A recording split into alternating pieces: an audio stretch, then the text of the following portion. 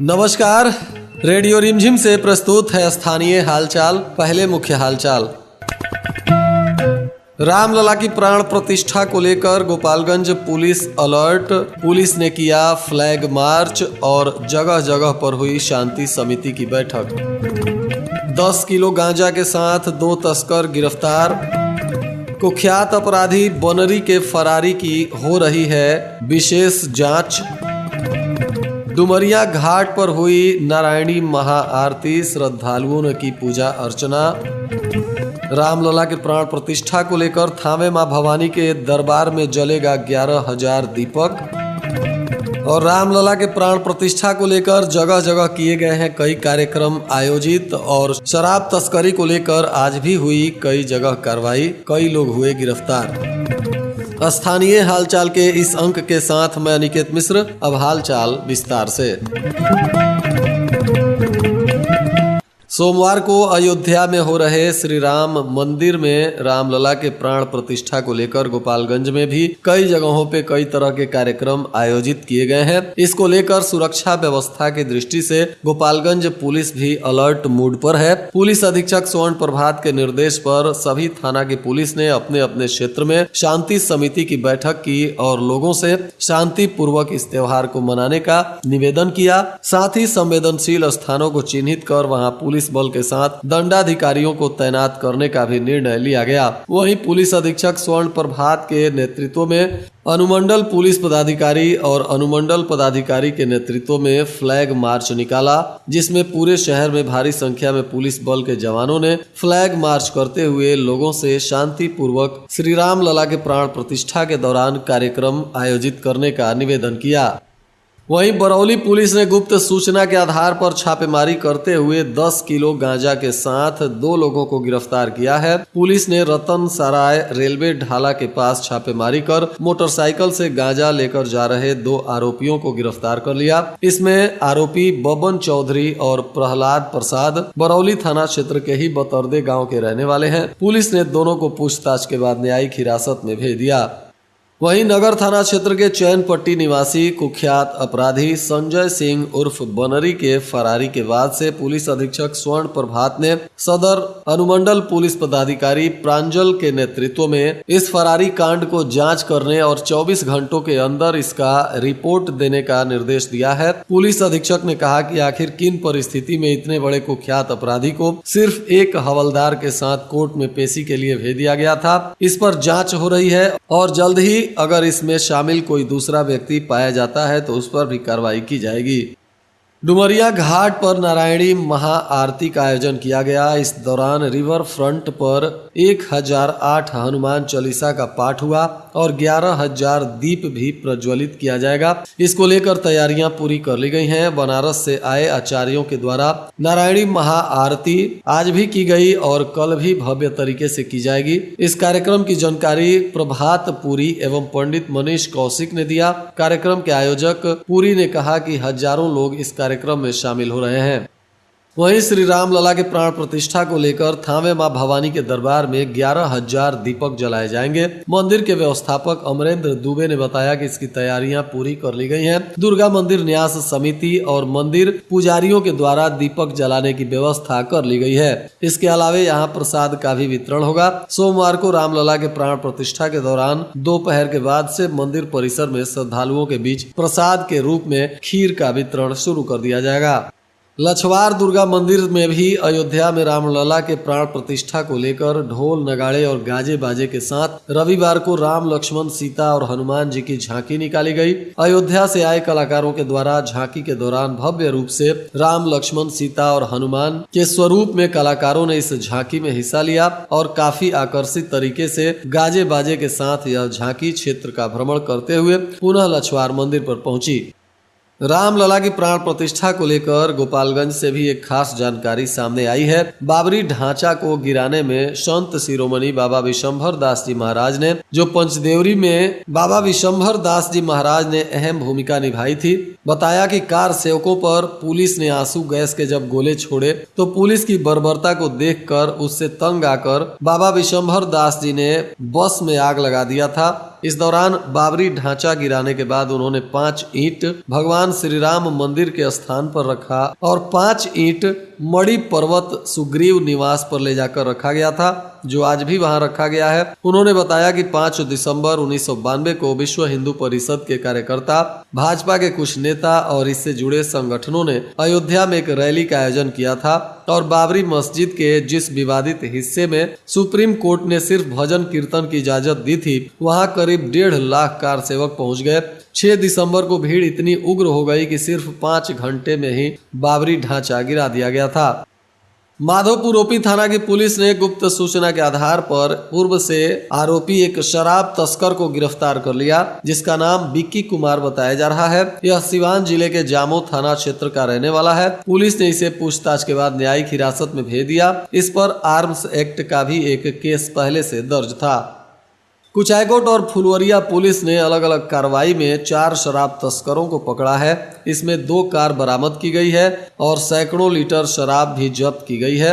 बताया जा रहा है कि फुलवरिया के बथुआ बाजार में वाहन जांच करते हुए एक कार से विदेशी शराब पकड़ी गई। इसमें 4 लोगों को गिरफ्तार किया गया। इसमें जय किशोर सिंह, मनीष कुमार, दीपक कुमार और गणेश कुमार शामिल हैं।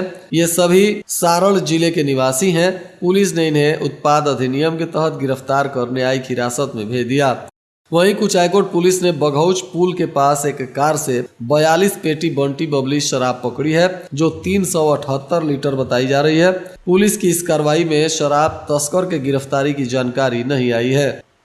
प्रधानमंत्री सूक्ष्म खाद्य उद्योग उन्नयन योजना के अंतर्गत कुचायकोट प्रखंड के अनेकों जीविका दीदियां आत्मनिर्भर बन रही हैं। कुचायकोट में आटा, सत्तू, बेसन, पापड़, मसाले निर्माण कर कई जीविका दीदियां अपने को सशक्त और मजबूत कर रही हैं। डीपीएम जीविका प्रियंका गुप्ता के द्वारा इसी कड़ी में सासा मूसा मुख्य पथ के समीप सिरिसिया बाजार में जीविका दीदी शकुंतला देवी एवं जीविका दीदी विद्यावती देवी ने आटा एवं सत्तू उत्पादन उद्योग का स्थापना किया है, जिसका फीता काटकर उन्होंने विधिवत उद्घाटन किया। इस दौरान डीपीएम जीविका ने बताया कि पीएमएफएमई योजना के अंतर्गत चयनित लाभुकों को एक मुश्त 40,000 रुपए की राशि स्वयं सहायता से जुड़े लोगों को दी जाएगी, ताकि आर्थिक रूप से पिछड़े दीदियों को सहायता देकर उनका सहयोग किया जा सके।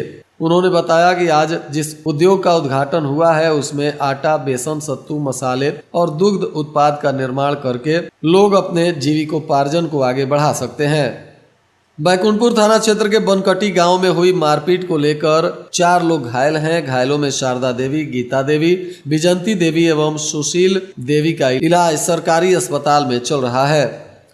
बैकुंठपुर पुलिस ने रात में छापा मारकर 4 लोगों को शराब के नशे में पकड़ा है। गिरफ्तार आरोपी गंगौली गांव के कन्हैया शर्मा, कतालपुर के कृष्णा यादव, राजू यादव और बनौरा गांव के अग्रिम राय शामिल हैं, जिन पर उत्पाद अधिनियम के तहत कार्रवाई की जा रही है। वहीं बलथरी चेक पोस्ट पर असामाजिक तत्वों के द्वारा एक ट्रक चालक की जमकर पिटाई कर दी गई, जिसके बाद ट्रक चालक ने पुलिस को आवेदन देकर न्याय की गुहार लगाई है। पुलिस मामले की तफ्तीश कर रही है। वहीं बैकुंठपुर के सिसई गांव में हुई आपसी विवाद को लेकर कुछ लोगों ने निर्मला देवी को मारपीट कर घायल कर दिया, जिसके बाद उन्होंने पुलिस को आवेदन देकर 5 लोगों के खिलाफ केस दर्ज कराया है। वहीं बैकुंठपुर के शंकरपुर गांव में हाईवे पर सड़क दुर्घटना हो गई, जिसमें 10 वर्षीय एक किशोर गंभीर रूप से घायल हो गया, जिसका नाम आदित्य कुमार है। इसका इलाज सरकारी अस्पताल में चल रहा है। थामे पुलिस ने गुप्त सूचना के आधार पर छापेमारी कर एक वारंटी को गिरफ्तार कर लिया, जो बेदू टोला गांव का रहने वाला फिरोज आलम है। पुलिस ने इसे पूछताछ के बाद न्यायिक हिरासत में भेज दिया। वहीं थामे पुलिस ने मारपीट के मामले में एक आरोपी को लछवार गांव से गिरफ्तार किया, जिसका नाम छोटे लाल बांसपोर है। इसे पूछताछ के बाद न्यायिक हिरासत में भेजा गया है। गोपालगंज पुलिस ने सभी जिले वासियों से अपील किया है कि अगर कहीं भी रामलला की प्राण प्रतिष्ठा को लेकर जुलूस रैली निकालनी होगी तो इसके लिए पुलिस की अनुमति की आवश्यकता है। बिना पुलिस से अनुमति लिए कहीं भी कोई भी प्रकार का जुलूस और रैली निकालना प्रतिबंधित है। ऐसा करने वालों पर सख्त कार्रवाई की जाएगी। वहीं पुलिस ने कहा है कि डीजे और भड़काऊ गानों पर पूरी तरह से पाबंदी रहेगी। जुलूस के दौरान कोई भी अफवाह फैलाने की कोशिश करेगा तो उस पर भी सख्त कार्रवाई की जाएगी। सोशल मीडिया पर भी पुलिस लगातार नजर बनाकर रखी है। सोशल मीडिया पर कहीं से कोई आपत्तिजनक पोस्ट करेगा तो उसे गिरफ्तार कर जेल भेजा जाएगा। बिहार के मुख्यमंत्री नीतीश कुमार के द्वारा नव गठित राष्ट्रीय कमेटी के लोगों को जदयू नेता प्रमोद कुमार पटेल ने बधाई और शुभकामनाएं दी। उन्होंने कहा कि गोपालगंज के सांसद डॉक्टर आलोक कुमार सुमन को पुनः कोषाध्यक्ष बनाया गया है। इसको लेकर उन्होंने नीतीश कुमार और प्रदेश तथा राष्ट्रीय कमेटी के तमाम नेताओं को हृदय से बधाई और शुभकामनाएं दी और आलोक कुमार सुमन को भी उन्होंने बधाई और शुभकामनाएं दी। जिला एवं सत्र न्यायाधीश राकेश मालवीय के निर्देश पर विधिक सेवा प्राधिकार के सचिव प्रमोद कुमार मेहता की देखरेख में हथुआ प्रखंड के जिगना जगन्नाथ पंचायत में नालसा को लेकर जन जागरूकता अभियान चलाया गया, जिसमें मानसिक रूप से बीमार और मानसिक रूप से दिव्यांग व्यक्तियों के लिए जो विधिक सेवाएं संचालित हैं उसके बारे में विस्तृत जानकारी दी गई। सामुदायिक पुलिसिंग के तहत जनता और पुलिस के बीच आपसी तालमेल और सौहार्द बढ़ाने को लेकर तथा नशा मुक्त अभियान चलाने को लेकर पुलिस ने जन जागरूकता अभियान चलाया, जिसमें महिलाओं को जागरूक किया गया। इस दौरान सिधवलिया थाना के द्वारा बिशुनपुरा बाजार में कार्यक्रम आयोजित किया गया, जिसमें महिलाओं को मुख्य रूप से महिला पुलिस के द्वारा जागरूक किया गया। और आज के मौसम का तापमान गोपालगंज में न्यूनतम 9 डिग्री सेल्सियस और अधिकतम 18 डिग्री सेल्सियस रहने की संभावना है। अंत में मुख्य हालचाल एक बार फिर। रामलला की प्राण प्रतिष्ठा को लेकर गोपालगंज पुलिस अलर्ट। पुलिस ने किया फ्लैग मार्च और जगह जगह पर हुई शांति समिति की बैठक। 10 किलो गांजा के साथ 2 तस्कर गिरफ्तार। कुख्यात अपराधी बनरी के फरारी की हो रही है विशेष जांच। डुमरिया घाट पर हुई नारायणी महाआरती, श्रद्धालुओं ने की पूजा अर्चना। रामलला के प्राण प्रतिष्ठा को लेकर थामे मां भवानी के दरबार में जलेगा 11,000 दीपक। और रामलला के प्राण प्रतिष्ठा को लेकर जगह जगह किए गए हैं कई कार्यक्रम आयोजित। और शराब तस्करी को लेकर आज भी हुई कई जगह कार्रवाई, कई लोग हुए गिरफ्तार। इसके साथ ही रेडियो रिमझिम से प्रसारित स्थानीय हालचाल का यह अंक समाप्त हुआ। नमस्कार।